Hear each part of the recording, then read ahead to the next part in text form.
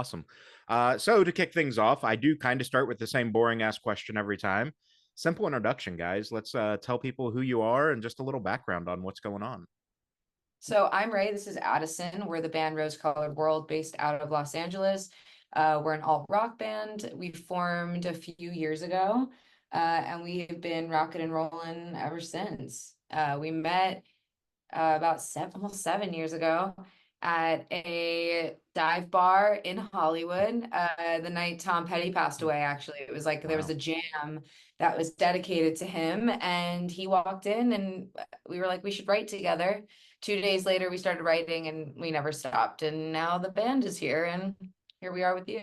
Yeah, awesome. Yeah, that's a wild thing, right? So like I don't think even the other like major music city hubs, if you will, Nashville, New York, things like that, the jam scene that exists in LA doesn't really exist in other places. So like for people that aren't familiar, talk about some of those jam nights where it's kind of almost an open stage, open mic night type of thing, but like some really incredible acts end up, forming that way Yeah. or getting discovered there. When I first moved to LA, I was going to a lot of these jams I remember, it was like a lot of big hired guns, Hmm. um, from like Rihanna's band or J-Lo, and all of them would meet up. And I was just watching because I wasn't in that scene, but um, us together, there was a few jams that were around town, and it is like that. Like you hop up, you want to play a tune, play drums, play, whatever you want. And I wish there was honestly more of that. Yeah. Yeah, I feel like I want to say pre-COVID, I feel like there was Yeah, almost more of yeah. that happening. Hmm. It was like taboo to have live shows for so long that the integration's been a little slow in that way. I feel very thankful that I moved at the exact right time. It was kind of like lightning in a bottle. And not only did I meet Addison that night, I had just moved to LA 6 weeks before that. So I had just like fresh off the boat, like I just got here. I didn't really know anybody, and I met pretty much all of my soul family that night, like in Yeah. LA. It was just like serendipitous, and I'm almost out here 7 years later, and they're still my people. So I used to Yeah. go to a house jam yeah, before I knew there's a you. lot of house Yeah, yeah. jams, or like post shows or post bar, where we end up at some house thing. Yeah. Someone's on a piano, someone's on a drum kit. Those are some of the best nights. Yeah. And I think the cool thing is, you get such a diverse crowd that shows up to a lot of those, and you'll have, somebody from kind of the rock world, playing guitar, but then you get maybe somebody in the hip hop world that wants to do drums, and you end up with these really weird but awesome amalgamations of people that are performing at one time. And it's like, this wouldn't work anywhere but this, Yeah. Yeah. Mhm. There's this weekly jam actually at the Rainbow Room. Are you familiar with that place? I've heard of it. Yeah. Yeah, so Rainbow Room is like legendary rock bar on Sunset next to the Roxy. And I think it's Thursdays, right? I think so. So our friend Tyler actually hosts it, and it's a lot of fun. And that's like pure anyone get up, play a couple songs, and they're just making them up as they Yeah. go on, And which and is their super whole cool. yeah, their whole rule is like, nothing rehearsed. Like nothing rehearsed, no real, already pre-made songs. It's Yeah. like you get up and you just, become one with everything in the room, and it's always some of the best nights for sure. Yeah. Well, and I think it's a really good test, personally as well, for like, where is my musicianship level compared to some of these people? Like, can I get up and just start jamming out or coming up with lyrics on the spot or whatever? And I think it really, in those types of instances, it helps reveal a little bit about yourself, but also like, and I'm sure you guys can speak to this, like it unlocks the creativity of like, hey, in our own project, like we could go explore some of these different sounds that we've tried. Mm, yeah, for sure. Yeah, that actually is super interesting. Yeah, I feel like a lot of the times I'll hear ad kind of, I call it flow state, or people call Hmm. it flow state. I'll hear him just singing around something silly. And I'll then like voice memo it if I think it's really good, because he's not judging it, he's not overthinking it, it's not trying to be anything, it just is. And some of that is like where the magic happens, for sure. And so I think just like naturally, even in your everyday play of Mhm. life, that some of the best songs are made that way. Yeah, seeing other musicians play, hearing things that you wouldn't do. I also find working with other people, because we worked just us for so long, Mhm. and I'm happy about that because we really solidified kind of what we were trying to make. And now we're starting to branch out and start to collaborate with some other people. And I really like that because it could be challenging in the best way, where somebody throws a melody out that like doesn't sit in our voices where we normally would go. Yeah. And it's actually a little challenging, right, to sing it. Um, and sometimes that works, right? And then you're like, oh, I know now I can do something like that. Yeah. Yeah, and I think too, like within that specifically, you mentioned performing together for so long and kind of making sure that you understood who you guys were before you invite people into that circle. I think it's important because I think far too often, the world we live in, like we have to get everybody's approval and things like that. So we invite all these people into our projects, and then it's like, okay, but is that us or is that the influence of everyone that was around us? Yeah, I'm even like that, man, with feedback. Like, and I think a lot of the people that surround us, understand kind of, I don't want to say the word boundary, but understand the vibe of like, when it's encouraged and when it's not. And also we've gotten really smart about who we share what to at what time, because it can influence what we're creating. And Hmm. um I love getting to the point where I'm like, this is 95% type of thing, where it's like I'm locked in, and anything that is said, it's like, it depends, right? But for the most part, we don't let it change us. We know who we are and what we're trying to do. Yeah, and I feel like we tried early on collaborating, and don't get me wrong, it was like great people, but we didn't, all of a sudden you have like a batch of songs that like don't sound like they work together, or Yeah. it's in the same world. Yeah. And then during COVID, we really like figured out what it is that we wanted to sound like. And it's really cool now to hear the all the stuff we've been putting out, that like it all feels very one and cohesive. Yeah. Let's dive into that part, especially a little bit on that development of what is rose colored world and like what is our sound, what are we going to be. Talk a little bit about what you just mentioned, kind of stepping back into yourself during COVID and really understanding and defining what you wanted this project to be. Yeah, I remember Ray saying to me, "Hey, I want to like give you full permission to write exactly how you did as a kid in your parents' house." And that like spark first I was like, "Wait, really?" And she was like, "Yeah."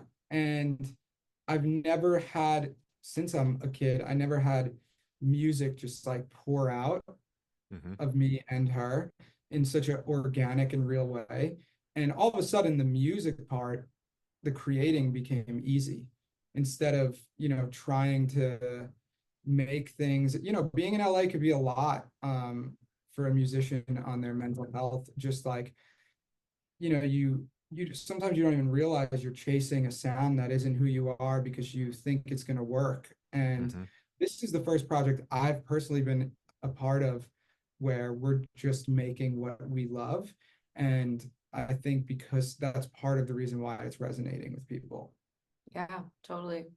We were driving around in COVID, like not being able to play shows or do anything.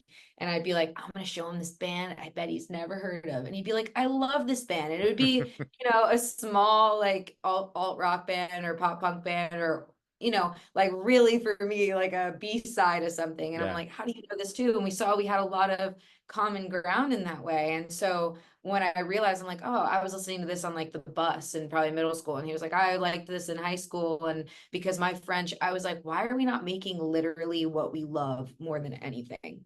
Yeah. Like, why would we run away from that? And we had all this time because we couldn't play live. So we just sat in the space where that you see right now. This is where we record still everything. And we just started riffing on some stuff and we were like, wait, this all feels like a thing. This feels like it all makes sense. Like there's nothing quite like playing rock and roll music. And I moved here during such a bizarre time in music in 2014 for a person like me who loved rock. And I was in so many writing sessions where it was like, oh, I was like, hey, we don't have a chorus yet. And like, oh, don't worry about it. I'll just build a drop, you know, or whatever it Oh my was. God, building a drop. And yeah. I got so burnt out of doing those sessions, and I met a lot of great people, but it feels good to have come full circle and still be in LA, but now doing rock music like the way that we want to. It feels really nice. Yeah. Yeah, I think that's cool because I think, it does say a lot about, when you look back over the decades or, the eras of rock music, 2014 through, well, really the 2010s in general was a pretty weird fucking time. Everybody was kind of feeding off of each other and wanting to create the same sound, and it felt like it got very plastic, right? Like it was very manufactured for what it was. And you started to see a few people break out, but especially now in the 2020s at post COVID, I think you're seeing a lot more of these people that just kind of don't give a fuck about like what the corporate critics think. And we're just going to make what feels right to us. Yeah, and now you have kids, you know, asking their parents for their birthday for a guitar or drums rather than a laptop and a MIDI controller, which by the way, I think is great too, you Yeah. know. It just wasn't where I belonged, and I couldn't find my like people musically that way out here. Uh, but now it's awesome because now so many people are playing rock music again, and I think this is honestly still the early stages of rock coming back. Oh yeah. Yeah, there's a rock renaissance being birthed, and it is so beautiful and delicious. And I feel honored to be part of it. I feel honored just to also be a female part of it. And just like we played Chain Reaction, and there was this little girl who showed up like 3 hours early dressed like me, and I like didn't even know what to do. I was like, this is the coolest shit ever. And if that can be the feedback loop that echoes when when we're not here or whatever, that's pretty damn cool. But there's definitely a renaissance on 2/22/22. So it was like Palindrome Day. We played a show in LA, a small club, and it kind of felt like almost like the origin of everything starting again post COVID. It was like a lot of different people in different rock spaces playing and meeting each other, and now seeing us like we're all like touring and doing things, and it's been really cool to witness and a hot take that I always talk about is MGK making that record. I do believe, you know, sparked the rock scene again. Not that like rock was dead by any means, right? But for the youth, then it felt like kids were then refinding My Chemical Romance, refinding all this cool shit. And I know that, like there's so many people on both sides of like when people talk about that. I'm just going by like, and I'm not an MGK stan, right? But I'm just going by what I feel like I saw happen. And I think that's awesome. Yeah. I think, for me, like I can't say that I love that album or anything. There's songs on it for sure. But I think you're right. From like an industry impact, it brought the eyes, people that weren't looking at rock anymore. Maybe people that were never really exposed to rock before. He brought the eyes back into the genre space to go, oh, there's a lot of really cool shit and really talented people over here singing about stuff that we believe in too. Yeah. We've just never been there. And I think like it like went hard pop punk for a minute. And now I really feel like it's branched out and continuing to just a rock space. And Yeah. of course, there's like still a ton of great new pop punk bands that are coming out Hmm. all the time. Like we just announced today, we're going on tour with Not My Weekend and a band Rematch, Hmm. and they're both incredible pop punk bands. I can't wait to see them tear it up every night. Yeah. Yeah. And I think you're right. I think, for some reason, whether that's, the Fallout Boy effect where, they came back and nostalgia hit a lot of people as well. But yeah, pop punk blew up. But I think you're right. Now it feels like, while, MGK and Kenny Hoopla dropped an album around that same time that brought a lot of eyes into the scene again as well. There was this resurgence And of like, Travis did both of them. yeah, Travis was a key in all of that. Yeah.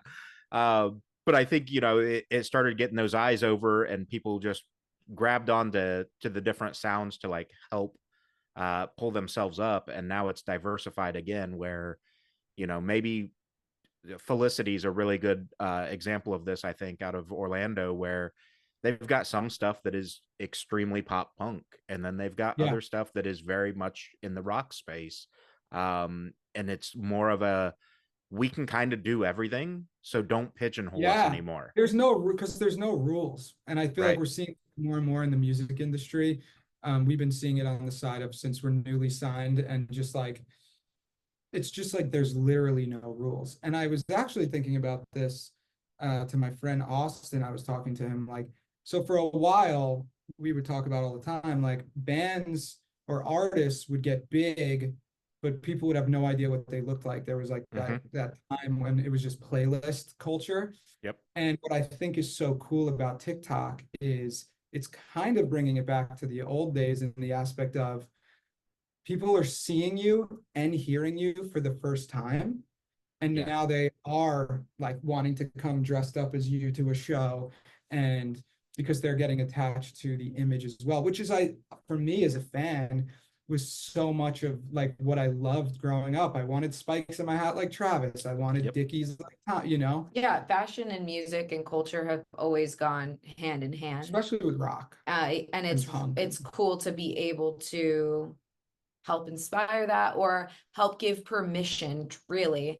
Inspiration is really just giving other people permission to be themselves and do Yeah. whatever the fuck they want to do without, overthinking it. Which for us, like the band name of like living in a rose-colored world is giving yourself permission at these shows, at these spaces, wherever the fuck we tour, to show up, cry, dance, scream, mosh, just like go for it. No one cares. No one's staring at you because they're in their own little rose-colored world having a time.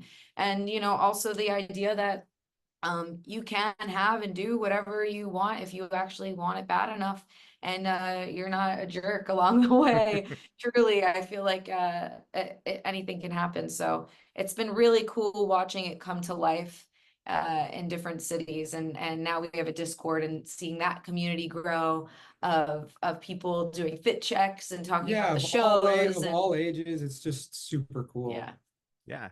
Yeah. I think that's a really cool concept too, because, like the whole, my whole shtick, right? You make the scene, came from, I got tired of working for this massive company that I was working for in music journalism and Mm. started doing my own thing because like they were kind of dictating what I had to write about, who I had to talk to, stuff. And I was like, yeah, that's not me though, like the fans make the scene. So like that's where you make the scene came from, is Mm. these fan bases are what's driving the genres and what's really allowing these artists to flourish. And I think, there's plenty of bands that aren't on Billboard's top 100, but they're out living life and getting the tour all the time because the Oh yeah, fans and want making it. a great living, and because the fans, you just said it best. I mean, no band is anything without the fans.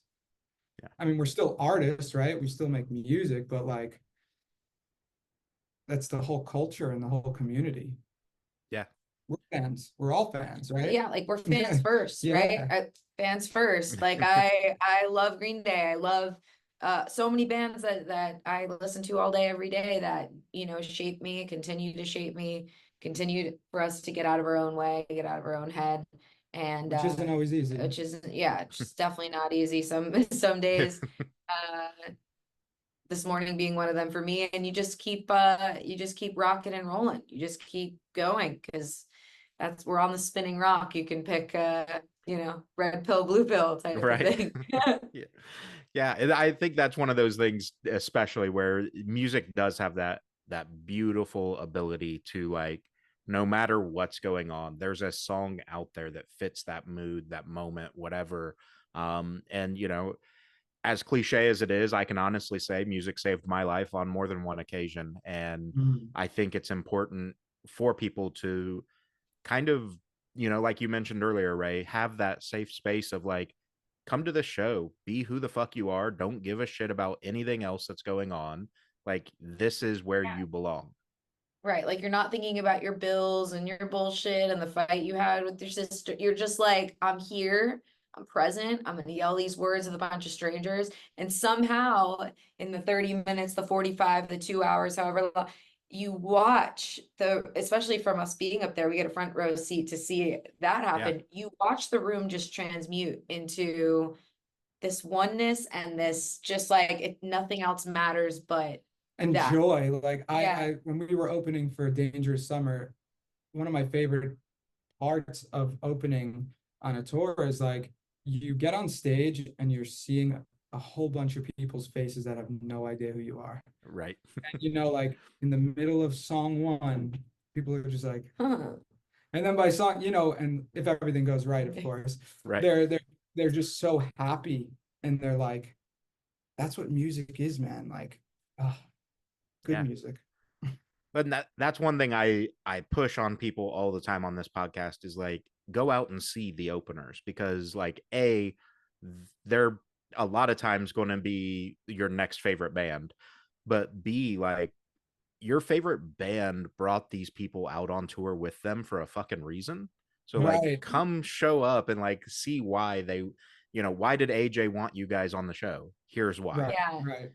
That's also a really crazy story, man. We met AJ at a backyard party a couple years ago in LA, and we clicked, and it was just like AJ he's the coolest, and he's so warm and friendly. And then we saw them at the Troubadour play, and we were hanging with them after the show, and AJ was like, I'm gonna make a pact with you, man. Like, I'm gonna take you guys out, but when you guys are fucking huge, you're gonna take us out. And I was like, dude, say less. And when the summer tour came up, he followed through. So I'm excited. And he told that story every night on tour, and it was like every night I would tear up because I'm just like, damn. Yeah, and like that's because he's saying to his people that have been following him since the beginning and are fans, like, hey, I really back this band that's coming up, and that meant the world for sure.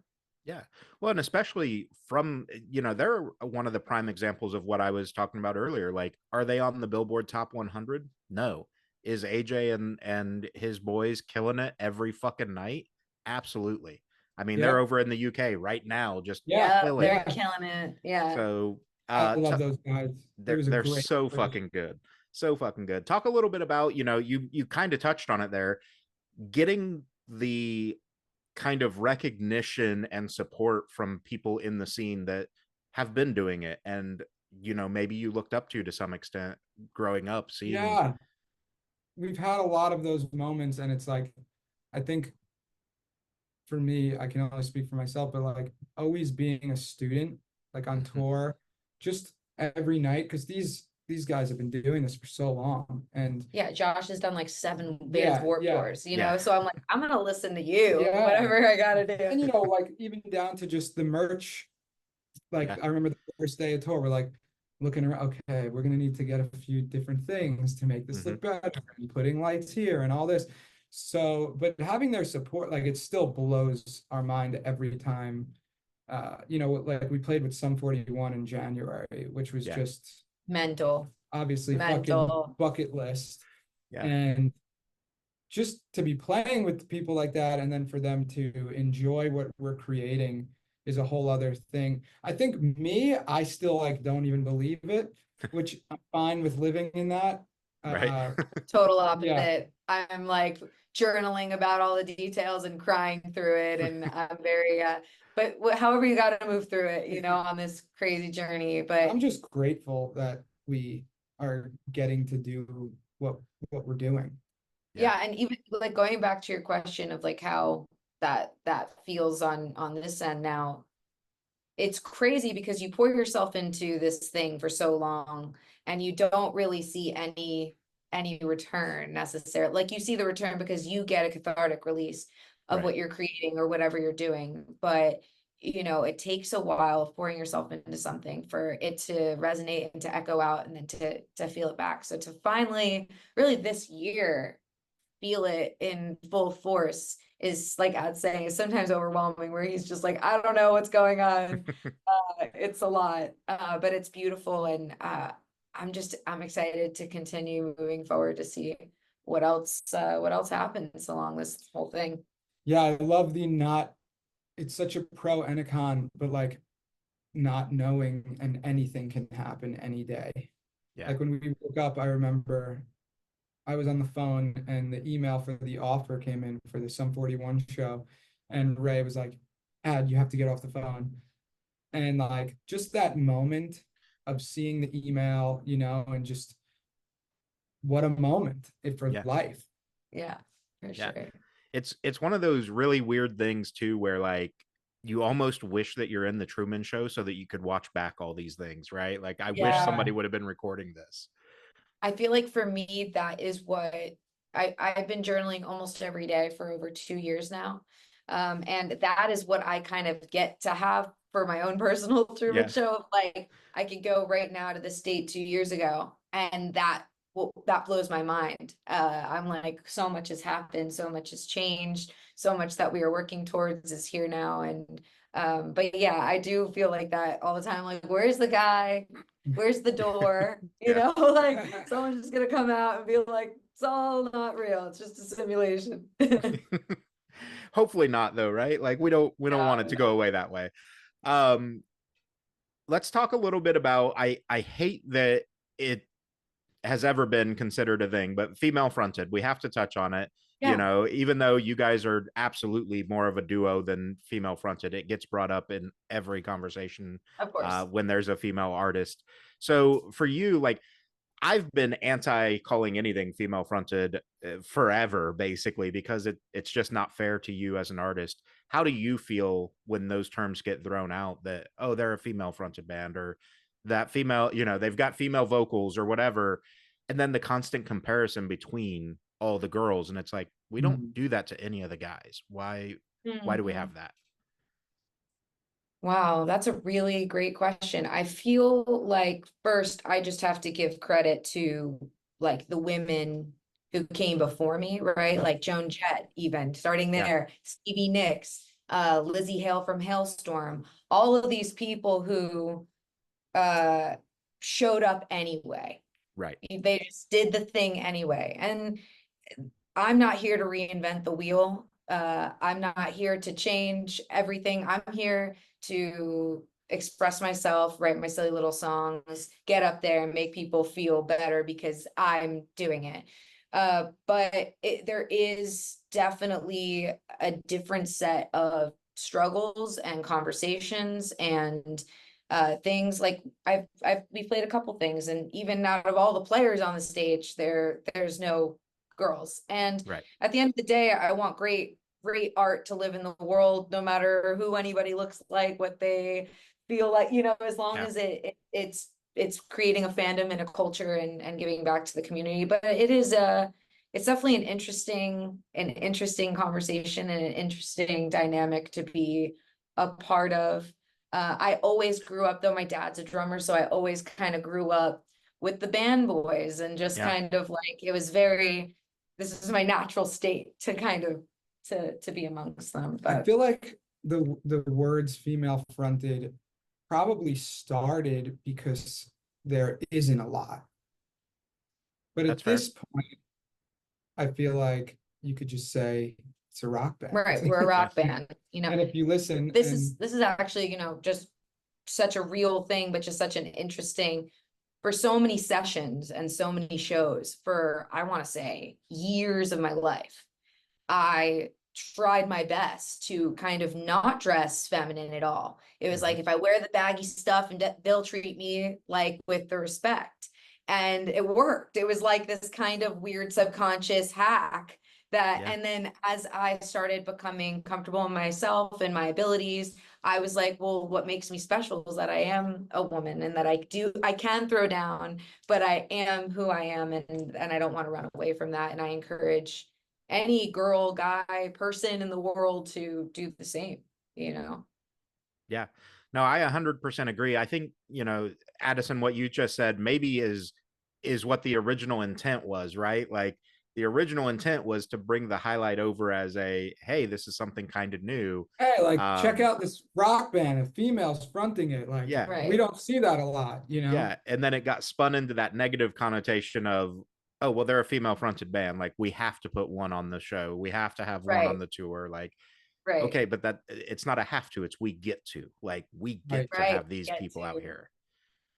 Yeah. That's true. Yeah, Yeah. there's so many amazing bands up and coming with females in it. I mean, Yeah, we don't have to go down the whole list, but I mean, I'm sure you guys have seen, you've got Taylor Acorn, Charlotte Sands, Hot Milk over in the UK killing it. Like there's so much awesome music coming out right now that is a female, but like at the end of the day, it's art. Who fucking cares right, who right. put it out? Hey, you got to hear this new male fronted band. Yeah, right. Yeah. Like when are we going to So start that? funny. Yeah. Yeah. So yeah, let's talk about, you very lightly touched on it earlier, Addison, about being signed. So you guys signed with Velocity Records. Talk a little bit about kind of how all this happened and what those conversations looked like and where you're at now with that. Yeah. So we were, what year was it? The year was 1941. No, when we had COVID in the backyard, what was that? COVID in the Yeah, backyard. that's when it happened with STG. That was in 2023. So we just had played the Troubadour. We headlined and it was packed. And then previously we played everywhere and anywhere in LA that anyone wanted us to. Yeah, 2022. Sorry to just interject. Yeah. 2022 was like the year of, I don't care if it's a tattoo shop, a backyard, a swimming pool. If you say you want us to play, we'll be there, say less. Like we just played everywhere. And the beginning of Yeah, 2023. and then so we both got COVID and we were in our backyard and it's crazy story because we were legitimately being like, okay, that's it. We're not playing LA. And we were like, we need an agent and we need to, figure out how to get out of here. Yeah. We're literally listening to meditations by this guy named Dr. Joe Dispenza, who we love. He's freaking amazing. And 2 days later, while we're still in the backyard with COVID, a tweet goes viral from State of the Scene podcast. Shout out State of the Scene. Shout out State of the Scene. And they know oh my God, we have so much gratitude for them because they just posted one of our videos, like a clip, and said, laughing my ass off, this band's about to be huge. And then What they didn't realize is the snowball effect happened, and from that, 24 hours, there was like 200,000 views, and all these emails started coming in from different places. and that's how we STG found us, which Dave Shapiro also owns Velocity. So we signed to STG. They put us on Why Worry Fest, which set it off at the House of Blues. It was freaking incredible. And then Yeah, that was a good lineup. oh, it was awesome. Set it off, Weathers, Rivals, not Rivals. in her own words. So we in her own words. started then talking to some labels in LA and just seeing, what interest there was, blah, blah, blah. And then we didn't even know that Dave owned his own label. So, he said he wanted to partner with us, and we then negotiated for like 8 months, which wasn't their fault or our fault, So just much fun. lawyers, Right. Yeah. But I'm so grateful that we went with our gut and chose to go with Dave and Velocity and Equal Vision, just because they just wanted us to continue building our world the way that we're building it, and they wanted to support it, and that's Mark. Nice. Um, but they've been incredible. And we signed the deal in Dave's plane because he's also a pilot, and that was very fun. That was awesome, except Addison is afraid of flying, and it was his idea. And I think, Well, I knew it would make good content. yeah, but Right, I that's think the key. I think you also were kind of like, this isn't going to really happen, so I'm going to say something crazy. And then the morning of, you did not want to leave. You were like, And then I saw we show up to the airport, the hangar, and I'm like, oh, that's even smaller than I thought it was gonna be. And like Dave gets in and he goes to shut the door. He's like, all right, we're almost ready to go. And I'm like, did you just shut the door with just like this one plastic latch? Yeah. it was great. I mean, they've been awesome. The biggest thing for us always is we want to, if we're going to promote other people to be exactly who they are and create that, then we need to be able to show up in that. And so when they were like, we love this, we just want to help this grow and help it, just continue to expand. We were like, well, say less, And Dave just being so big on the booking side. Yeah. I'm really happy that we're kind of under one roof where the booking and the label can work together. And yeah, we couldn't be more stoked. Dave's obviously a legend in the game. Yeah. So we're super grateful to work with him on a daily basis.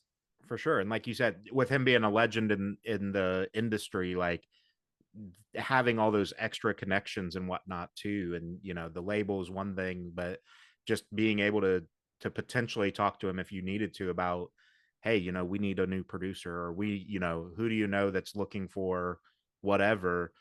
That man has so much more knowledge than some of these people can even fathom. And that's really what it's been with him, right? Like he does so many things that all we have to do is just like express like, hey, we have this idea. Like, what do you think of it? Oh, let me think about it. And then he's like, hey, how about this? How about this? Yeah. And it's super sick. Yeah, he's like the rock and roll mayor, Yeah, man. that's what we call him. It's crazy. It's like there's always 1 degree pretty much of separation of somebody that knows Dave in some And capacity. he's the sweetest dude in the world. Yeah, he's super kind. It's been really a dream come true to be able to work with people that believe in what you're creating and they want to just foster it and help it grow. Yeah. And I think that's a perfect segue over into the new music, right? Like you guys have been killing it with the new sound, killing it with these new releases. Talk a little bit about, I don't think everybody knows, Tom Denney is helping produce most of what you're doing right now. And that man, if you want to go back to A Day to Remember, you can. But even if you want to talk about what he's done since, I mean, Pierce the Veil, Dayseeker, Wage War, like that man's had his hands on a lot of incredible stuff. So for him to put his touch on you, what's that mean to you, and kind of what's that been like?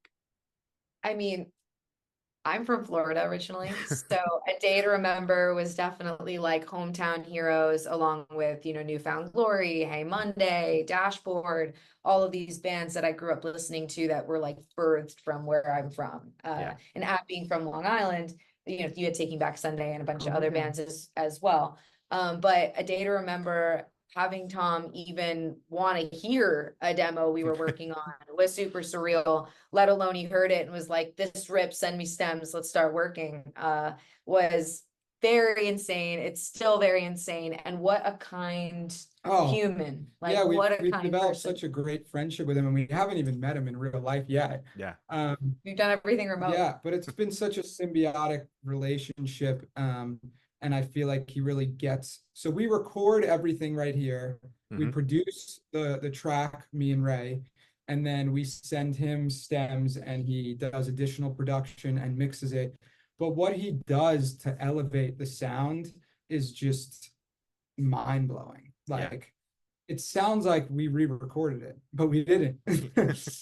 So yeah, we're super stoked. So yeah, the EP that is slowly coming out, these singles lead to an EP, and then we're working on the first full length, and we're doing the same thing. But we are branching out a little, like I said, to work with some other people. But Tom is the executive producer on the whole album, so we're stoked. Yeah. And it's funny because thinking back, I'm 39 years old. So like thinking back to a day to remember kicking off and whatnot, like to think of Tom as the jokester little fucking kid that he was when that band started to being the absolute consummate professional that is so in tune with so many artists, and like you said, just is able to elevate people to a degree that maybe they don't even realize that that song has potential to hit. Yeah, it's like when we're producing it here, it's like I can't, like the song and our sound, we try to have like a big sound. Right. He sends it back like mixed. It's just like fucking explosive and Yeah. it's awesome. I Yeah. mean, he is the scene. He Yeah. has been. And so like there's moments where I'm like, this is what on the bus in middle school, what I was listening to, and now it's us. And like that realization is in Bonkersville. It's so crazy to see us so excited. And when we get like that, then it affects how it is received in the world for And sure. there's also like we try to keep the bad parts of the ego out of creative, Yeah. process. And Tom's the same way. And there's no not saying notes because you're afraid of what someone's gonna, we're Mhm. all just after the song being the best. And again, he really doesn't even get in the way of that, like if he tries something and we don't like it or it's not right for that moment. Yeah. It's like he'll just try something else. It's nothing It's like, all about the song. It's not yeah, about feelings and emotion. Like obviously like we're no, kind to each this other. is how it has to be. And listen, there's times that I'm fine with the co-producer or producer Yeah. being like, no, you have to trust me about this. And like that old story about Ron Fair with Christina Aguilera, he wanted her to cut Genie in a Bottle, and she was like, no. Oh wow, I didn't know that. And he's like, Yeah. listen, if you give me this one, then you could do this one. And that was like the first Yeah. massive hit. Well, Yeah. sometimes we're like that, Do you like how I brought Christina Aguilera of into course, it? somehow Ad like is a little pop girly inside, truly.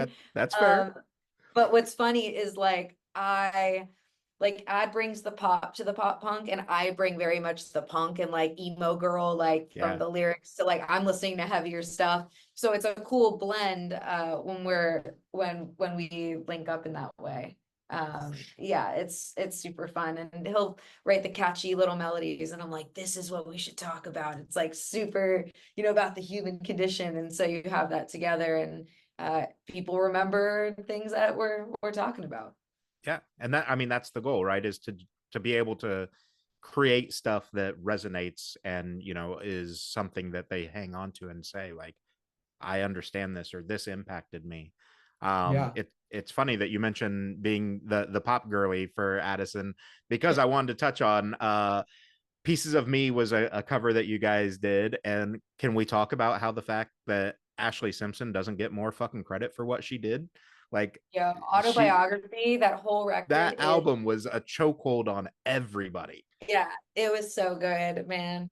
And circling back, That show though, when she was like recording the album, Yeah. yeah, TV show was out. I think I was too young for Yeah, that, yeah, me too. but I don't remember but it. um what was I gonna say? Like I feel like going back to the female thing for a second, just for Mhm. it was such a crazy time and culture of like tabloid culture and things like that, Yeah. that I feel like that album did not fully get like its full time in the sun and what it deserved because of all of the craziness that surrounded Also, it. not every, but so many artists Now are using tracks are doing that, yeah, and Yeah. nobody even gives a it shit. was just a really, shit end of the stick there, but the whole album rips. Our friend, you want to tell the origin story of how Yeah, but also the cover got to Ashley. We got Oh, hit up by nice. Ashley's manager yeah, being that was like, pretty cool, being like she likes loves the cover, and maybe we could do some content together. We're like, yeah, whenever you want. yeah, we're like, you let Well, us know. internally screaming your fucking head Yeah, off, right? Yeah, exactly, exactly. We're like, is this DM real? Is this really the manager? And then like we're fact checking. We're like, it really It really is is. the manager. It was really cool. It got to her, and that she dug it. You know, even it getting to her is mental. Right. Yeah, because we did it on such a whim. My friend of mine sent me a bidet in the mail. Like a surprise bidet. Yeah, surprise Okay. bidet. Great present, by the way. Love a bidet now. And I said to Ray, she's like, we have to record. And I'm like, okay, I'm just going to install this bidet. She's like, it's going to take too long. I'm like, it's going to take like 2 minutes. So I go to do it. Of 2 minutes. it's Yeah. not. So the screw was too short, right? To like go through the toilet seat. Yeah. So I'm like, we got to go to Home Depot. She's like, oh, what the Perfect. fuck? So we go to Home Depot. On the way back, somehow Pieces of Me came on. And Like on a playlist or the radio, and we were something. both like, we would fuck this song up. So Yeah. we literally went home. I finished the bidet quickly. And we And tracked we tracked the the whole whole thing. song. And we posted it, and it like started going. Like immediately. And it then started Tom, going. I was talking to Tom because we were finishing other songs. And I'm like, yeah, I'm just trying to mix this because I didn't want to like put this on his plate. You know, I Yeah. was like, I'll just take care of this. He's like, dude, just send it to me. I'll mix it tonight. And he wound up mixing it and doing his thing. And it sounds now just like an RCW song. Yeah. Yeah, it's crazy. It's one of, so I was telling some people when, you know, this interview got confirmed and everything, telling a few of my friends about you guys, and that's Oh, one of the thanks. songs. Like I'll send them 2 or 3 songs when I'm doing interviews, and that was one of them. I was like, plus they fucking killed this Ashley Simpson cover. So Thank you. like A+ there. Fuck yeah. Yeah, it's, and I think, you know, it's one of those things where you guys did it the right way, and it wasn't a karaoke version where we're going to play it in the exact same key, we're going to do the exact same melody, we're going to, you know, it was this, like, we're going to reimagine it as if we wrote it but using all of her stuff. And Exactly. that's kind of what we try to do because we don't do covers a lot, but Right. we did a Creep cover that we still play that live. It goes hard. I love it. But that one gets online. It's so funny because it went viral the first time and it was going great. And then you get a lot of like Tom York, like Like you know Stan, what I mean? right? And I'm like, hey, I'm not trying to say like change history of I love the original Creep. Also, we did it more kind of like the Pixies, like, you know, Yeah. upbeat, like really fun. Yeah, we go like, double time on the yeah. So verses. we're not trying in any way to be Radiohead in any way, shape, or form. But yeah, you know, you're gonna get that, and that also shows me that we're doing something right when you start to get both. You know, Mhm. because any engagement's good I engagement. just to don't be know real. why. I don't think I've ever been mad at somebody for like covering a song. Oh, I've been mad. No, I'm just kidding. Can you imagine? I'm like, It's cover wild. whatever the hell you want. Like, if I don't like the cover, then it's like one thing. Yeah. But And especially in the digital world now, like, cool, I just won't put it on my playlist. Like, right. who cares? I don't have to listen to it. Like, it's not a big Like a deal. cover made like people were getting mad. And I would like fuck with people. I'd be like, no, Tom's my uncle. He said he loves it. That's They're awesome. like, no, he's not. I'm like, yes, he Like I looked is. it up right now. Yeah, Yeah, here's my 23 and me. Good luck. yeah. Awesome. So yeah, you've mentioned you've got singles coming out. Obviously, don't get in trouble with PR or the label or anything, but like, what are you kind of envisioning the remainder of 2024 as we progress with these? Yeah, so we have our next single coming out called Broken Glass on October 22nd. Then we hit the road with Not My Weekend for like 3 weeks. We come home, we're gonna finish writing the album. And then there'll be 2 more songs to drop from the EP. And those will most likely come out together and then as the full EP. So it's Cold Day in Hell, All We Had, Hanging On, the next single, Broken Glass, and fourth or fifth song. Did I count wrong? Another song called Medicine. Yeah, Medicine. And then it's looking like we're gonna do like a stripped down acoustic version for the EP of either Cold Day or Hanging On. We haven't figured that out, but and then we'll go into the new year with a fucking album. Yeah. With our first ever album.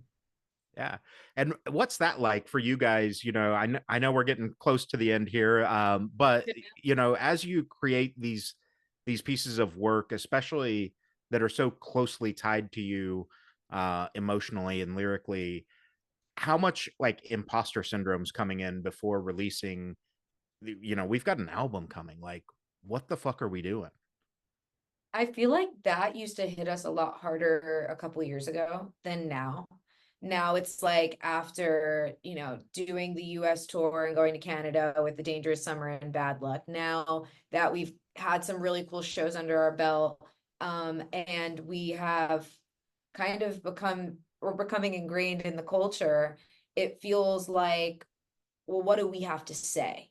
Yeah. And the more we realize, we sit with ourselves in this room and we pick up a guitar and start writing, we're like, oh shit, we need to tell people this, we need to tell. And I've never been, personally, I've never been more inspired than I am now, than maybe when I'm like 12, and Right. just like finding new bands for the first time. But as an artist on this side, especially coming home from tour, I can't believe how inspired. Well, also because when we were inspired when nobody was listening to us.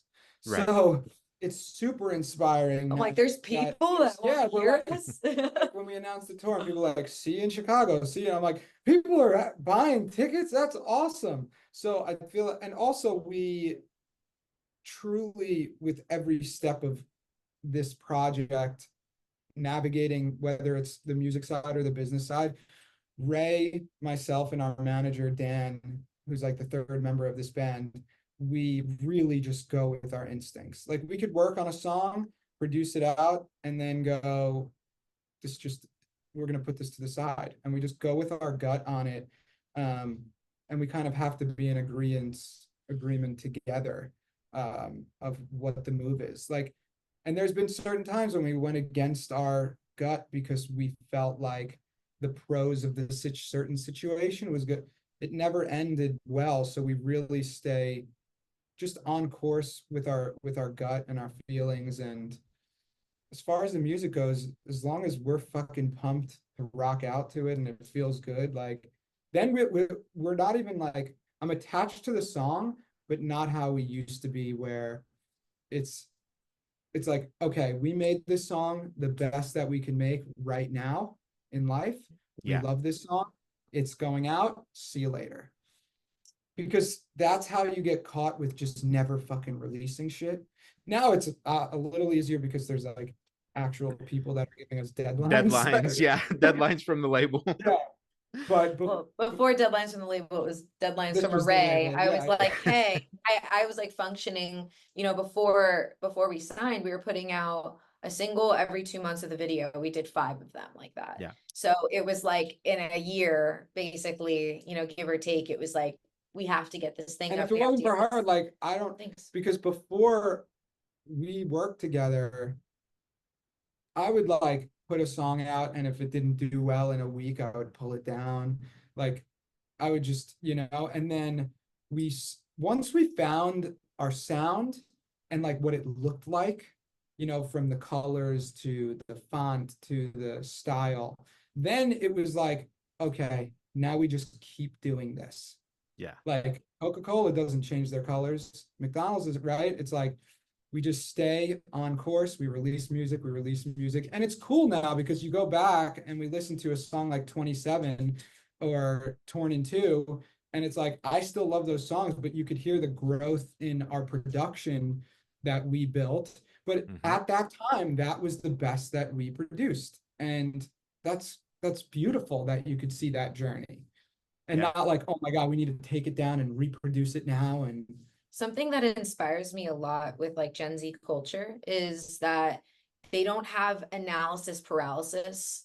They're like, I'm eating ice cream, it's sick. And they upload it, right? With their Yeah. song playing, and it goes because they didn't overthink it. And there's something to be said too with like, we do have careful, curations and intentional pieces, and even the way we're forming short form content and filming it is very intentional, even if it's fun and goofy and has all Right. those elements. But I think a lot of artists, a lot of people, and us at the beginning, it was like, is this good enough? Is this, and then it becomes a hard drive hit. It never sees the light of day. And people never get to experience it because you're so in your head that you get in your own way. So it was, like I said, to add, 3 years ago when I was like, hey, I give you permission, write what you wanted to write in your parents' basement. Like, let's just get it out. Let's just give ourselves deadlines. Let's just put it into the ether and see what happens. And then, we didn't even know State of the Scene, like that got picked up randomly. They really dug it. They put it on their Twitter, their X, and then it went. So it's like,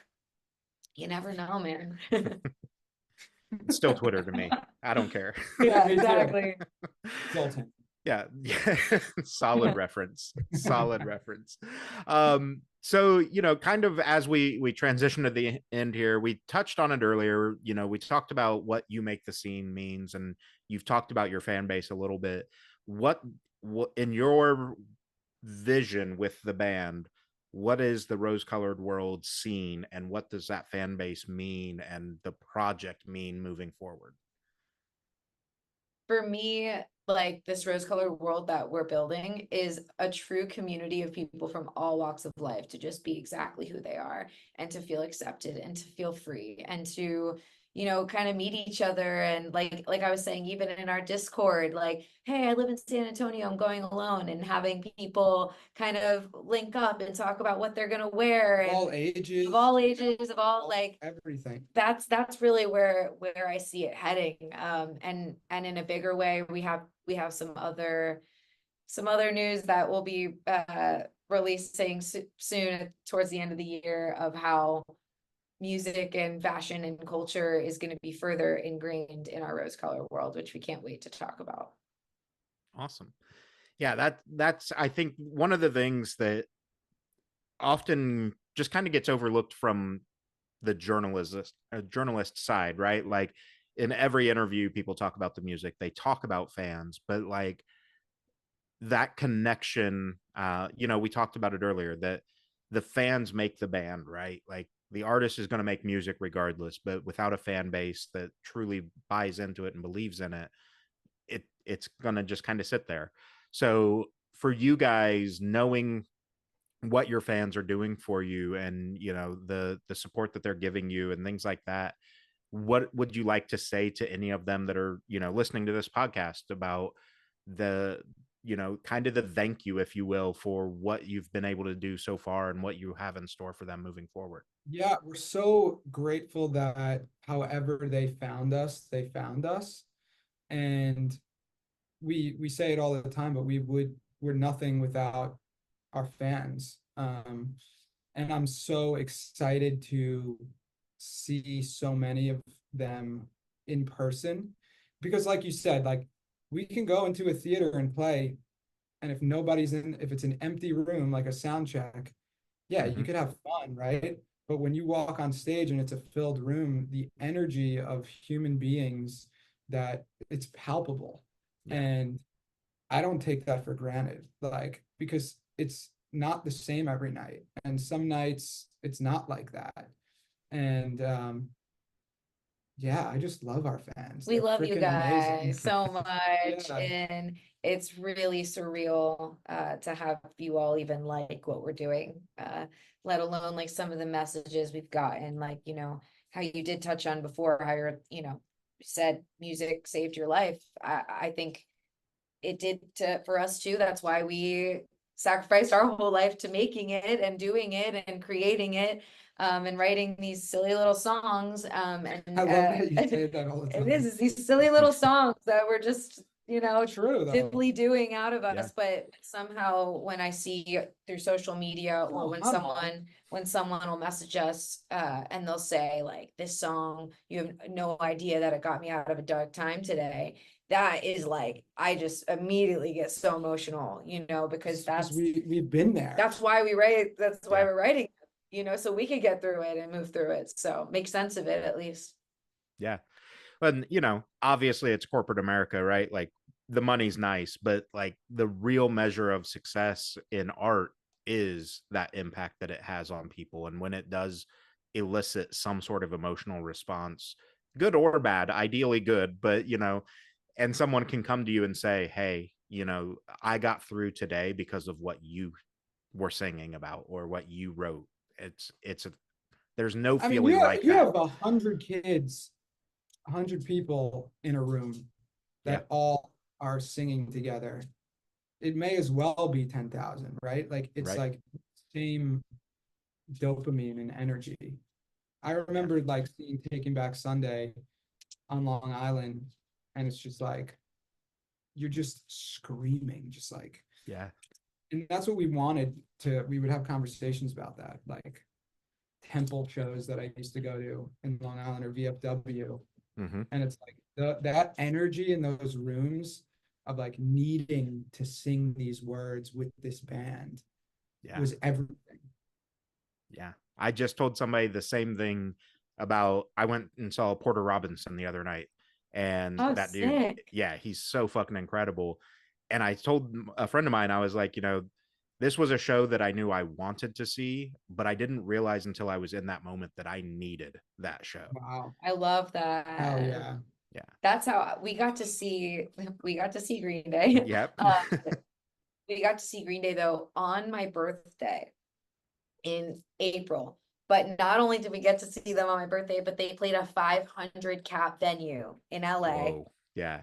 And our friend works with them. He works with CLA, and we were able to go It was on my insane. birthday, and they Yeah. played Dookie in full, American Idiot in full, like It the was set that the what whole they're doing now at the Yeah. arenas, and I could pretty much just like feel Billy Joe sweat at me, and was just so enamored by what they were doing to this room, and Yeah. same feeling of, and it was I was like, I didn't just like, this would be cool, like my soul for like the development as a person Right. like needed this night, and when they played Kill Iconic Fest, they played the night before Yeah, they played the night before at it, House of Blues because they did like a pop-up club show there too. Yeah. Yeah. It's crazy. Music is such a beautiful thing. So that's really everything I've got for you guys. I really appreciate it. I'm Amazing. stoked for No, what you this is guys are awesome. doing. Yeah. This won't be our last conversation, I'm sure. Hell For yeah. sure. But yeah, as we give you the floor for the last couple minutes here, or however long it takes you, obviously I'll link all the socials and stuff, but where can people find you? What's the best way to interact and all of that fun stuff? Yeah, so pretty much if you just Google Rose Colored World, all one word, you'll find us. But we're on TikTok, Instagram, all the things really that. And we have a Discord, so Oh yeah, and if you want to join our Discord, just DM us and we'll send you an invite. Awesome, guys. I'm stoked for you. Like I said, I'm sure this won't be our last conversation. Thank you so much, bro. Looking at the tour lineup, I'm gonna see if I can work out getting up to Chicago. That's only a 2.5 hour drive for me. So Yeah, if well, I let can us make that know, work, I'll let you know for sure. Yeah. Yeah, let us know. We'll throw you on the list, please. Yeah, absolutely, Yeah. guys. I'm stoked for you. Like I said, let's keep pushing this thing and be safe on the road. thanks so much, Thank you, Josh. man. We appreciate You be well. Yeah, thank you. You guys too. Later. See ya.